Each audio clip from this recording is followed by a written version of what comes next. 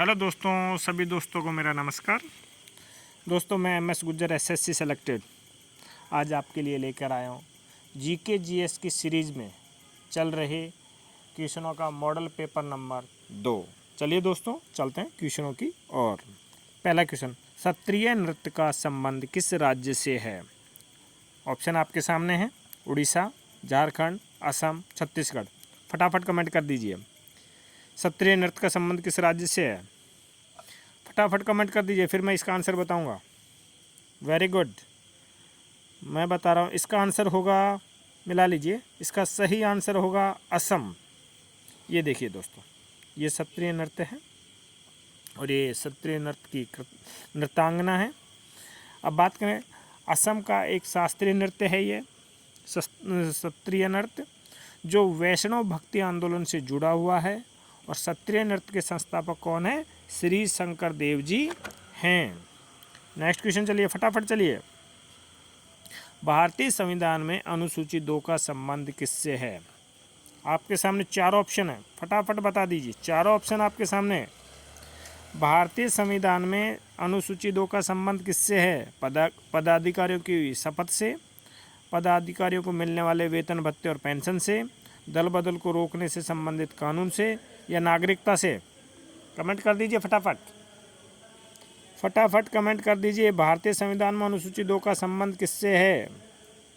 चलिए दोस्तों, इसका बताते हैं आंसर हम। मिला लीजिए अपना आंसर। इसका आंसर होगा ऑप्शन बी, पदाधिकारियों को मिलने वाले वेतन और पेंशन से। नेक्स्ट क्वेश्चन, भारत के प्रथम लोकपाल कौन थे?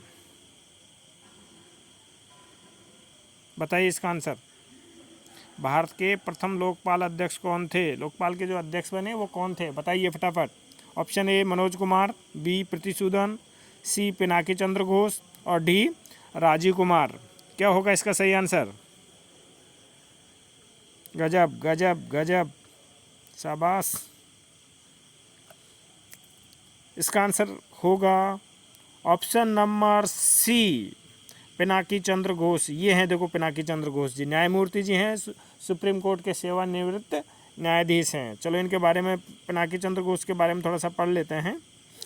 ये इनका कार्यकाल दोस्तों 23 मार्च 2019 से 27 मई 2022 तक रहा।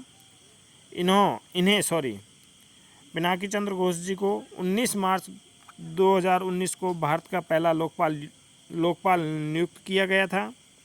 नेक्स्ट बात करें, लोकपाल के अध्यक्ष और सदस्यों की नियुक्ति राष्ट्रपति द्वारा प्रधानमंत्री की अध्यक्षता वाली चयन समिति की सिफारिशें प्राप्त करने के बाद राष्ट्रपति के द्वारा की जाती है। अब बात आती है प्रधानमंत्री की अध्यक्षता वाली चयन समिति में कौन कौन होते हैं। तो दोस्तों, प्रधानमंत्री की चयन समिति वाली अध्यक्षता वाली चयन समिति में प्रधानमंत्री जी होते हैं, सुप्रीम कोर्ट के मुख्य न्यायाधीश होते हैं और लोकसभा के अध्यक्ष होते हैं। चलिए बात करें अब कौन है। तो दोस्तों, वर्तमान में भारत के लोकपाल न्यायमूर्ति अजय मणिक राव खानविलकर हैं। ये देख लीजिए, ये फ़ोटो है उनकी। मैं फ़ोटो के साथ दोस्तों इसलिए लेकर आया कि फ़ोटो के साथ आदमी को ना याद ज़्यादा हो जाता है, वो भूलता नहीं है, ऐसे भूल जाता कि कौन थे। और एक बात और बताता हूँ दोस्तों, जो GK को है जल्दी से याद करने की मत सोचो, आराम से उसको कड़ी से कड़ी मिलाकर पढ़ने की कोशिश करो कि पहले ये थे तो दूसरे कौन होंगे, उस टाइम ये तो प्रेजेंट में कौन होंगे, तो आपको याद होगा। और मैं तो आपके लिए फ़ोटो भी डाल रहा हूँ। नेक्स्ट क्वेश्चन, 1857 की क्रांति के दौरान नाना साहिब के सेनापति का क्या नाम था? बताइए दोस्तों। ऑप्शन ए मान सिंह, बी भक्त सिंह, सी तात्या टोपे, डी कुंवर सिंह। 4 ऑप्शन आपके सामने, इनमें से एक आंसर सही होगा। बताइए क्या होगा इसका सही आंसर? कमेंट कर दीजिए फटा से, जल्दी से कमेंट कर दीजिए।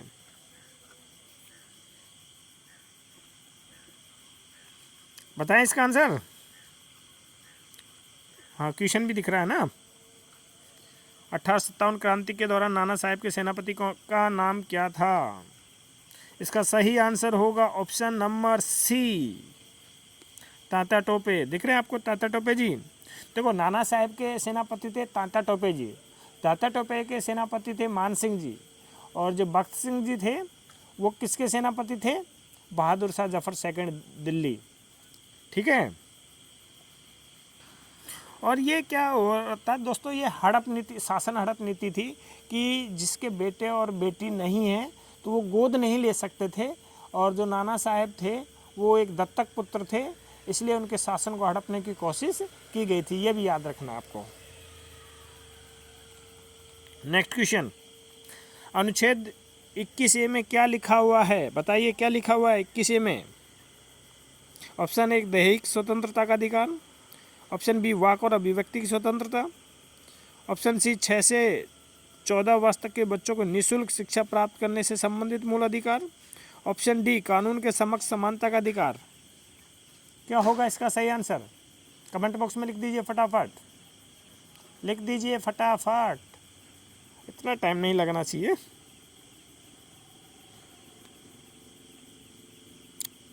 क्या होगा इसका आंसर सही, बता दीजिए।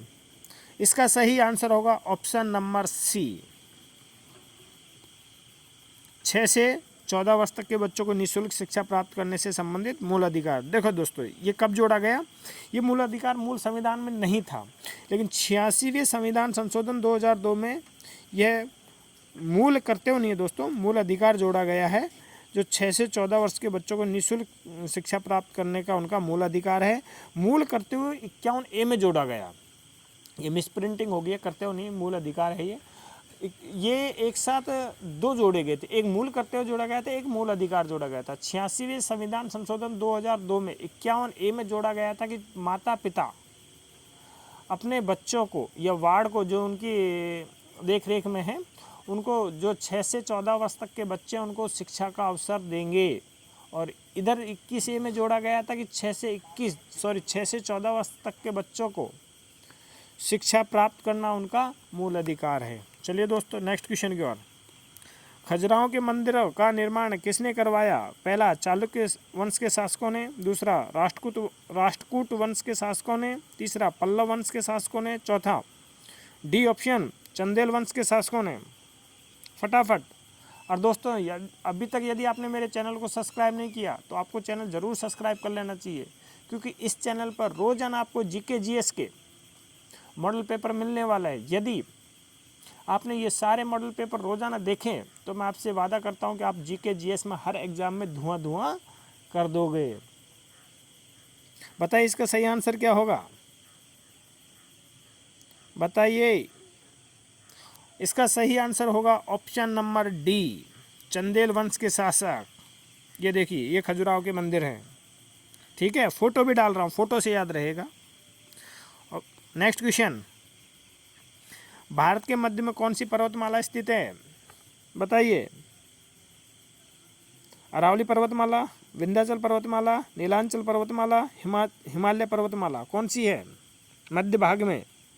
भारत के मध्य भाग में कौन सी पर्वतमाला स्थित है? बताइए इसका आंसर, फटाफट इसका आंसर दे दीजिए। मध्य भाग मतलब मध्य प्रदेश। बताइए, इतना हिंट दे दिया हूं मैं अब। हाँ टाइप तो कर रहे हैं, करिए, टाइप करिए, फटाफट करिए। इसका सही आंसर होगा ऑप्शन नंबर बी, विंध्याचल पर्वतमाला। दोस्तों मध्य प्रदेश में विंध्याचल पर्वतमाला और सतपुड़ा की पर्वतमाला स्थित है।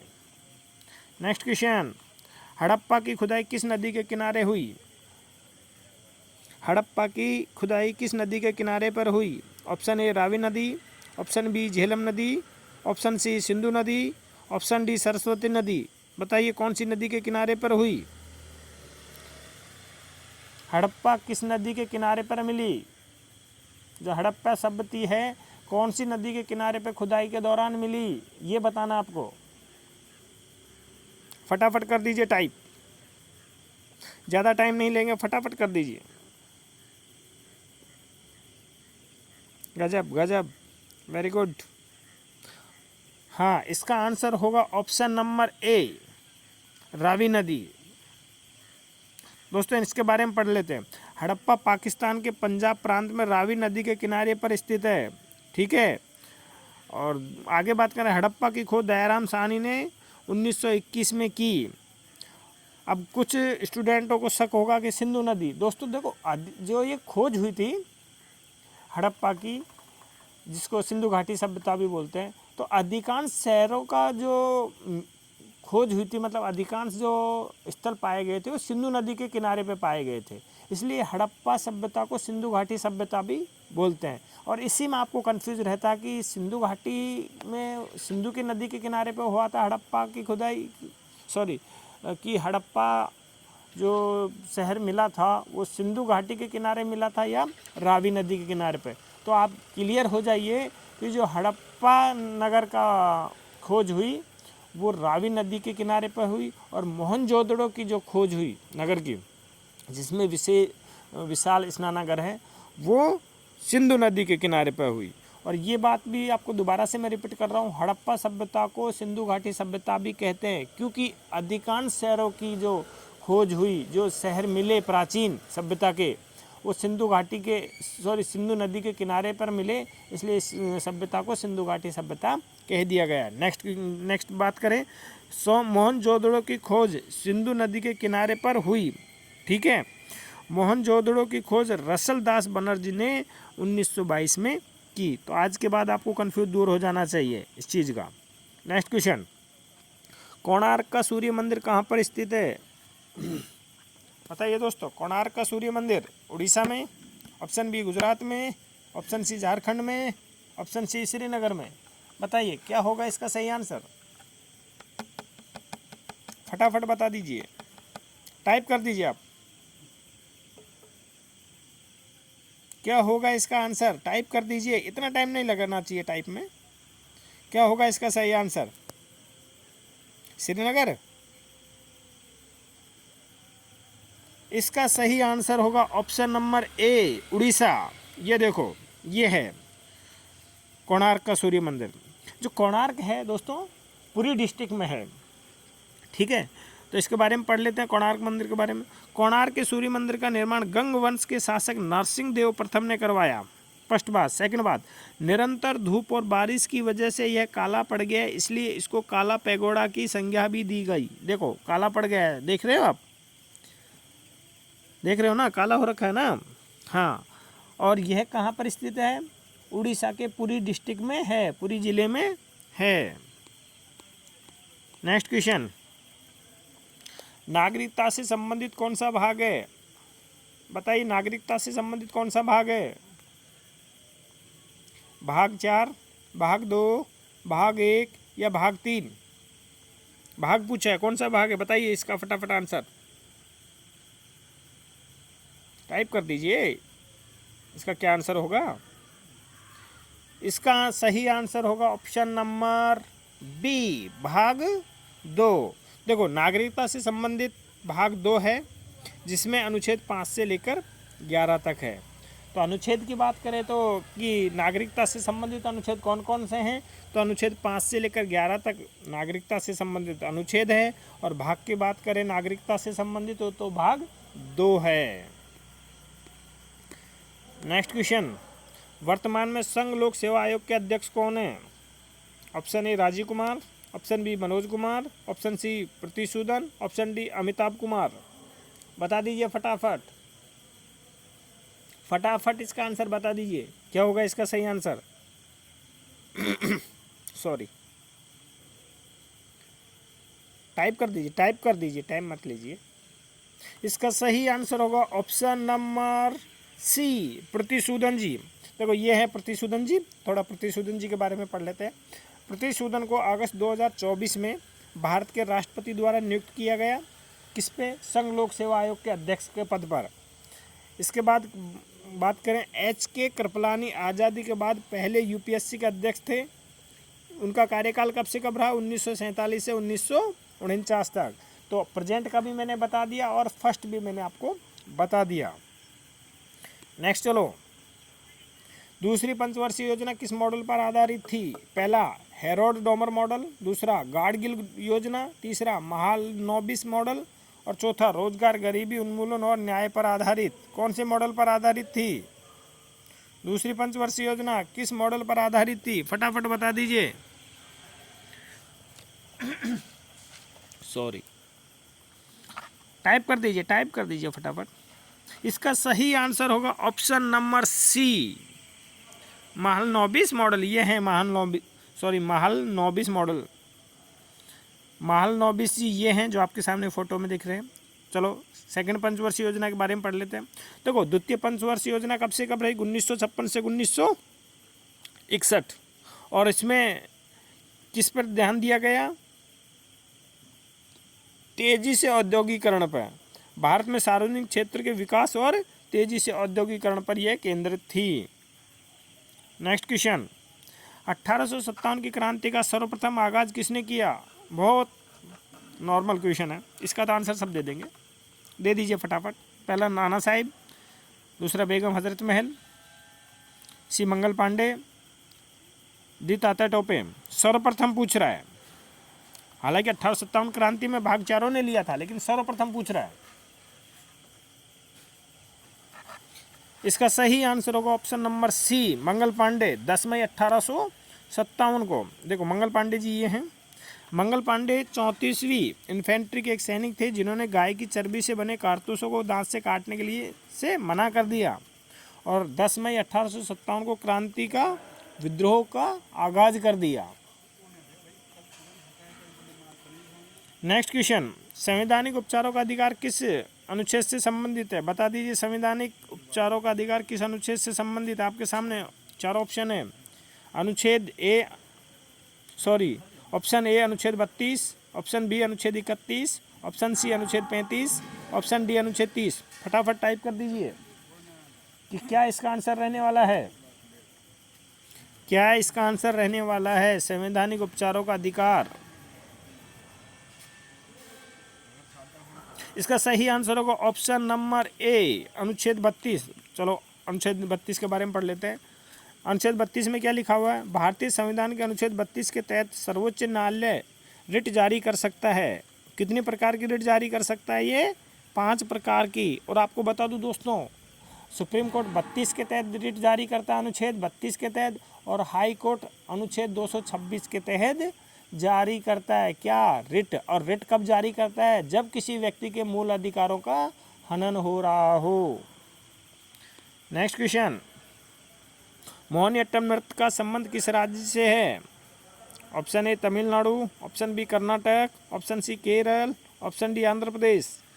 फटाफट इसका बता दीजिए आंसर। क्या होगा इसका सही आंसर?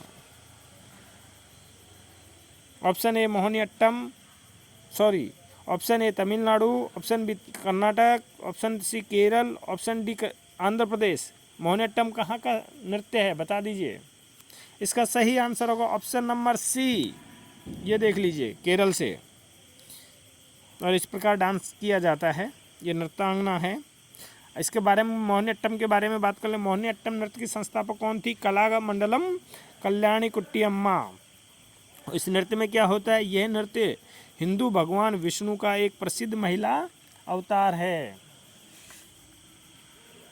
नेक्स्ट क्वेश्चन, भारत में सबसे पहले सूर्य किस राज्य में दिखाई देता है? नॉर्मल क्वेश्चन है। Paschim Bangal, option B Assam, option C Andhra Pradesh, option D Arunachal Pradesh. फटाफट इसके सब कमेंट करेंगे, कोई भी नहीं छूटना चाहिए इस पर, सब इस पर कमेंट करेंगे। इसका सही आंसर होगा ऑप्शन नंबर डी, अरुणाचल प्रदेश। नेक्स्ट क्वेश्चन, भूकंप की तीव्रता किस यंत्र के द्वारा मापी जाती है? Option A hygrometer, option B Richter पैमाना, option C lactometer, option D ammeter. क्या होगा इसका सही आंसर? फटाफट कमेंट कर दीजिए। इसका सही आंसर होगा ऑप्शन नंबर बी, रिएक्टर पैमाना। चलो next question, question number 17, Hariprasad Chaurasia के संबंध किस वाद्य यंत्र से है? दोबारा पढ़ रहा हूँ क्वेश्चन, हरिप्रसाद चौरसिया का संबंध किस वाद्य यंत्र से है? ऑप्शन ए वीणा वादक, ऑप्शन बी बांसुरी वादक, ऑप्शन सी सितार वादक, ऑप्शन डी वायलिन वादक। दोस्तों जो ये क्वेश्चन ला रहा हूँ वो नॉर्मल नहीं ला रहा हूँ, मॉडरेट टू हार्ड ला रहा हूँ। यदि आपको लगता है कि क्वेश्चनों का लेवल सर थोड़ा सा डाउन करें तो आप कमेंट बॉक्स में लिख दीजिए, मैं क्वेश्चनों का लेवल डाउन कर दूंगा। लेकिन मेरा एक चीज़ मानना है कि यदि आप इन क्वेश्चनों को कर रहे हो तो आप सिलेक्शन की रेस में पक्के हो, आपका सिलेक्शन होगा ही होगा। चलिए दोस्तों, इसका आंसर बता दीजिए, फटाफट बता दीजिए। इसका सही आंसर होगा ऑप्शन नंबर बी। ये देखिए, ये हैं चौरासिया जी, जो अब फोटो में ही बांसुरी बजा रहे हैं तो कहने की जरूरत भी नहीं पड़ रही है। अब याद भी रहेगी इस फोटो से कि हरिप्रसाद चौरसिया जी ये थे। इनके बारे में थोड़ा सा पढ़ लेते हैं। हरिप्रसाद चौरसिया जी को हिंदुस्तानी शास्त्रीय संगीत में बांसुरी वादक के रूप में जाना जाता है, फर्स्ट बात। सेकंड, इनका जन्म प्रयागराज उत्तर प्रदेश में हुआ। दो बात, पुरस्कार कौन कौन से मिले इनको? पद्म विभूषण सन 2000 में मिला और पद्म भूषण 1992 में मिला। नेक्स्ट क्वेश्चन, भारतीय संविधान में राज्य के नीति निर्देशक सिद्धांत किस देश से लिए गए हैं? पहला आयरलैंड, बी सोवियत संघ, सी ऑस्ट्रेलिया, डी ब्रिटेन। फटाफट बता दीजिए, फटाफट बता दीजिए, टाइप कर दीजिए फटाफट। इसका क्या सही आंसर होगा? इसका सही आंसर होगा ऑप्शन नंबर, बता दूं? चलो टाइप कर लो फटाफट, टाइप कर दो फटाफट, टाइप कर दो। ऑप्शन नंबर ए आयरलैंड। थोड़ा सा पढ़ लेते हैं नीति निर्देशक सिद्धांत के बारे में भी। भारत के संविधान में राज्य के नीति निर्देशक तत्व भाग 4 में अनुच्छेद 35 से 51 तक है। और एक बात और है दोस्तों, जो नीति निर्देशक सिद्धांत है उनको न्यायालय के द्वारा लागू नहीं करवाया जा सकता है। नेक्स्ट क्वेश्चन, वेग का मात्रक होता है, क्या होता है वेग का मात्रक? मीटर प्रति second square, kilogram into metre, metre into second. क्या होता है सही ऑप्शन? फटाफट बता दीजिए, टाइप कर दीजिए सही आंसर क्या है इसका। इसका सही आंसर होगा ऑप्शन नंबर ए, मीटर प्रति सेकंड। और आज का लास्ट क्वेश्चन, क्वेश्चन नंबर 20, प्रारूप समिति के अध्यक्ष कौन थे? इस पे सब टाइप करेंगे भाई साहब, इस पे कोई नहीं छूटेगा, किसी के लिए एक्सक्यूज नहीं है, इसमें सब टाइप करेंगे। इसमें प्रारूप समिति के अध्यक्ष कौन थे? Option A doctor Bhimrao Ambedkar, B Sardar Vallabh Bhai Patel, C doctor Rajendra Prasad, D Pandit Jawaharlal Nehru. कौन थे? फटाफट बता दीजिए, इसका आंसर बता दीजिए फटाफट। और हाँ दोस्तों, आपको ये भी बताना है कि स्पीड इतनी रखें या स्पीड को थोड़ा कम किया जाए। यदि आपको टाइपिंग करने में टाइम नहीं मिल रहा है, कम टाइम मिल रहा है, तो आप मुझे बता दीजिएगा, कमेंट बॉक्स में लिख दीजिएगा, मैं टाइमिंग और बढ़ा दूंगा। और सही चल रहा है तो इसके लिए भी आप लिख दीजिएगा डन, तो मैं समझ लूँगा कि ये स्पीड ठीक है। चलिए इसका बताइए क्या होगा इसका सही आंसर? इसका सही आंसर होगा option number A, doctor Bhimrao Ambedkar ji. चलो इसके बारे में पढ़ लेते हैं। प्रारूप समिति को ड्राफ्टिंग कमेटी या मसौदा समिति भी कहते हैं। तो डर मत जाना, मसौदा समिति के अध्यक्ष कौन है कि यार ये तो मैं पढ़ा नहीं। मसौदा समिति का अध्यक्ष भी डॉक्टर भीमराव अंबेडकर ये हैं। तो प्रारूप समिति को क्या क्या कहते हैं? ड्राफ्टिंग कमेटी भी कहते हैं और मसौदा समिति भी कहते हैं। और उस आगे की बात करें हम, प्रारूप समिति का गठन कब हुआ? प्रारूप समिति का गठन 29 अगस्त 1947 को हुआ। आज की वीडियो में दोस्तों इतना ही। पर डे मेरे जीके जीएस का 20 क्वेश्चनों का सीरीज चलने वाला है। आप पर डे ये ज्वाइन कीजिए और जीके जीएस को अपनी को मजबूत कीजिए, ताकि आप हर एग्ज़ाम में बैठें तो जीके जीएस में आपके अधिक से अधिक क्वेश्चन सही हो और आपका सिलेक्शन हो। दोस्तों मेरा एक यही लक्ष्य है कि बिना किसी कोर्स को खरीदे हुए आपको अच्छी से अच्छी जानकारी दूं। और ऑप्शन वाइज दोस्तों मेरा इस क्वेश्चन लाने का एक ही मकसद था कि आपको पता चले कि इसका सही आंसर क्या होगा और पढ़ने का सही तरीका क्या है। क्योंकि एक एक क्वेश्चन को जब हम कर रहे हैं तो आप देख रहे होंगे एक एक क्वेश्चन से 5 से 7 क्वेश्चन बन रहे हैं। हम जब 20 क्वेश्चन कर रहे हैं तो कम से कम 100 क्वेश्चन बन गए, इससे 100 क्वेश्चन आपके तैयार हो गए। आज की वीडियो में इतना ही दोस्तों। यदि आपको मेरे पढ़ाने का तरीका अच्छा लगा तो वीडियो को लाइक कर दीजिए, दोस्तों में शेयर कर दीजिए, और अभी तक सब्सक्राइब नहीं किया है तो चैनल को सब्सक्राइब कर दीजिए। बेल आइकन के बटन पर जाकर ऑल का ऑप्शन सेलेक्ट कर दीजिए। सभी दोस्तों को मेरा नमस्कार।